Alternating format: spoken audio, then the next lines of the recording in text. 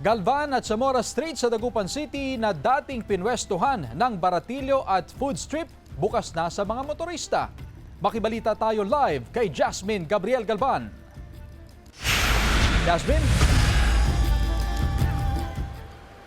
Chris, balikruta na ang mga jeep biyahing Bunuan area sa Eastern Barangays ng Dagupan City matapos nga nabuksan sa mga motorista ang Galvan at Zamora Street. Sa Galvan Street nagabang ng jeep si Aling Araceli kaninang umaga. Pauwi siya sa Barangay Tambak.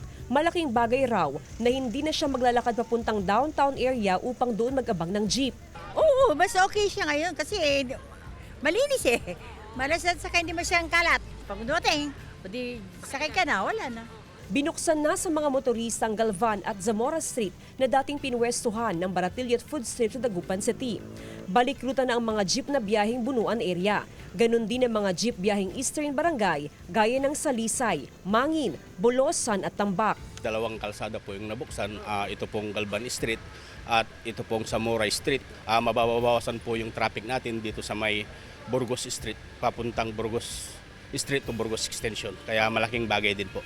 Malaking tulong para sa mga tsoper ang pagdaan sa Galvan at Zamora Street. Dagdag kita raw ito sa kanila dahil mas marami silang naisasakay na pasahero. Dito na kami dumadaan, ma'am, kaysa doon, malayo doon, ma'am. Tapos pag kasi dyan, ma'am, wala, mahirap mag-pick up ng pasahero.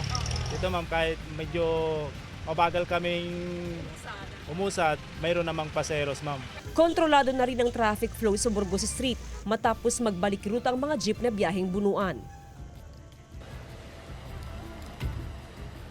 Chris, sa mga oras nga na ito ay napakaluwag ng daloy ng trapiko dito sa may kahabaan ng Galvan Street. Bagamat may ilang mga jeepney driver ang bahagyang humihinto pero sila ay nagsasakay lamang ng pasahero. Karaniwan umaabot lamang yan sa 30 seconds hanggang sa 1 minute. Bukod sa Galvan Street ay tuloy-tuloy din ang traffic flow. Maayos ang traffic flow sa A.B. Fernandez Avenue o sa may downtown area. Dire-diretso yan sa may Burgos Street. May mga nakaantabay ng mga traffic enforcer at pulis mula sa Dagupan City Police Office para matiyak na maayos ang traffic flow sa mga pangunahing kalsada sa lungsod ng Dagupan. Chris? Maraming salamat, Jasmine Gabriel Galvan.